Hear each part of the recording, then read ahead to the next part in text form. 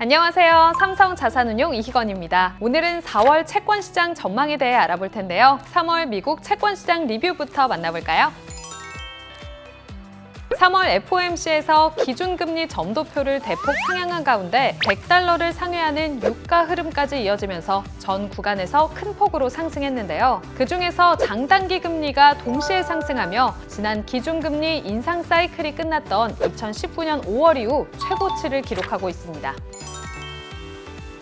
연준은 지난 FOMC에서 금리를 올해는 6번에서 7번 인상, 내년에는 3번에서 4번 인상을 시사했는데요. 기존에 예고한 인상 속도보다 훨씬 더 빠른 인상을 예고했습니다. 지금 미국 연준이 기준금리를 인상하는 최종 목표가 물가 안정이라는 것이 중요한데요. 미국의 물가 상승 압력은 하반기보다 상반기에 쏠려 있어서 5월과 6월 회의에서는 한 번에 0.5%포인트씩 인상할 가능성도 있습니다. 다만 하반기부터는 물가 상승률이 둔화되고 연준의 자산 긴축까지 시작되기 때문에 이에 따른 정상화 효과까지 나타날 수 있는데요. 하반기에는 아마 상반기보다는 느린 속도로 기준금리 인상을 시행할 것으로 보입니다. 그렇다면 시장금리는 어디까지 오를까요? 시장금리 중 긴 만기를 가지고 있는 10년물 금리를 예를 들어 살펴보겠습니다. 현재 기준금리 인상 사이클에서 10년 금리의 흐름은 최종 기준금리와 동행하는 흐름을 보이는데요. 여기서 최종 기준금리란 최종으로 도달할 금리를 뜻하는데요. 이런 흐름이 계속된다면 연준이 지난 3월 회의에서 시사한 것처럼 현재 2.4% 수준인 10년물 금리는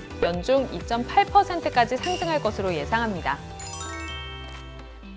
최근 장단기 금리가 역전되면서 경기 침체로 이어지지 않을까 우려되고 있습니다. 통상적으로 단기 금리보다는 장기 금리가 더 높은데 침체 직전에는 이 금리들이 역전되는 모습을 보이는데요. 2000년대 들어 장단기 금리 역전이 발생한 건 총 3차례입니다. 바로 2000에서 2001년 닷컴 버블, 2008년 금융위기, 2020년 팬데믹인데요. 이 시기 장단기 금리 역전이 발생한 후 모두 경기 침체가 확인됐습니다. 2020년 팬데믹은 인간에 의해 발생한 침체가 아닌 자연재해이기 때문에 분석에서 제외하고 보면 2000에서 2001년, 2008년에는 민간이 채권 매입하면서 장기금리가 과도하게 하락한 모습을 보였는데요. 이에 버블이 형성되고 이후에 버블이 붕괴되는 흐름으로 침체가 나타났습니다. 하지만 지금은 과거와는 상황이 다릅니다. 현재는 민간이 아닌 연준이 채권을 대거 매입하면서 금리가 구조적으로 내려온 상황이기 때문입니다. 실제로 양적 완화가 시작된 2010년 이후 10년 금리의 기간 프리미엄은 마이너스 영역에 진입했는데요. 연준이 지속적으로 채권 시장에 큰 수요를 담당할 것이라는 기대로 기간 프리미엄이 하락한 것으로 보입니다.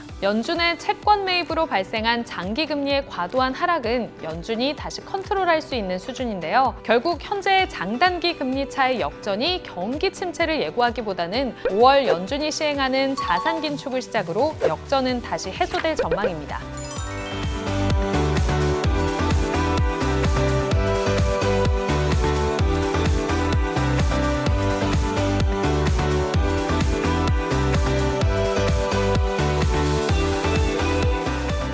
지금까지 4월 채권시장 전망을 알아봤는데요. 그럼 구독과 좋아요, 알림 설정 눌러주시고 우리는 다음 달에 또 만나요.